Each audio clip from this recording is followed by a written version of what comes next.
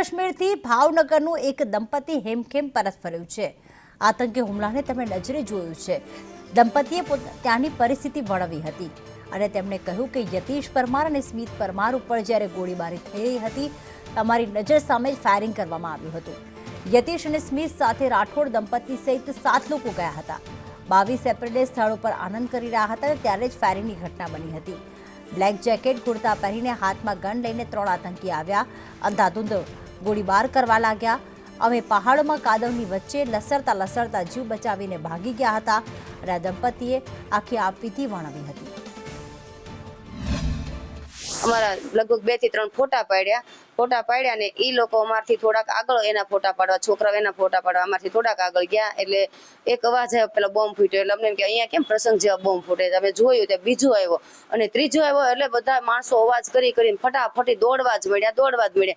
એટલે અમે બે હાથ પકડીને દોડ્યા એટલે અમે બધા કે હુઈ જાઓ હેઠા ઓળધી અમે સીધા આમનામ ભાઈ ગયા અને મારા ભાઈ ભાભી ને મારી ભત્રીજી ઈ નીચે બાકડા નીચે હુઈ ગયા અને કાજલબેન સામે ઉભા હતા એટલે કાજલબેન ને કીધું કે દોડો જલ્દી વહી આવો તો કે સ્મિત ને ગોળી મારી અને યતીશ ને ગોળી મારી। મેં કીધું ઈ બધાનો જીવ જોખમમાં છે, આપણો જીવ જોખમમાં છે એટલે આપણે બચાવવા માટે આપણે આપણી સેફટી લઈને આપણે ફટાફટ દોડવા મળી।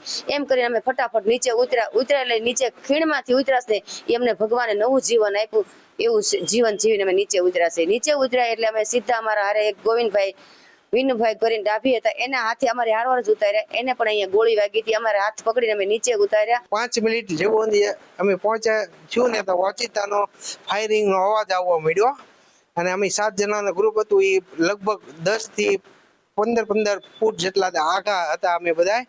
એમાં અમારા બાળકો 2 બાળકો હતા ને એ અમારી પાછળ છે ફોટા માટે લેવાઈ ગયા હતા તો ઓચિતાનો એ અવાજ આવવા મળ્યો ને એટલે અમે આગળ પાછળ જોવા મળ્યા ને અમારી સાથે જે સ્મિત નામનો બાબુ અમારી સાથે હતો ને એ અમારી નજર સામે છે ને એને ગોળી મારતા હતા અને એ લોહી લુહાણ થઈને નીચે પડી ગયો હતો એટલે અમે બધા છે ને ત્યાં દેકારો પટકારા ને બધા રોવા મળ્યા અને ચીડિયાઓ બધા બોલવા મળ્યા એટલે અમે ચારે બાજુ જોવા મળ્યા હતા। 2-3 જણા છે ને ફાયરિંગ જ કરતા હતા જે સામે આવે અને બધાને મારવા જ મળ્યા હતા એટલે અમે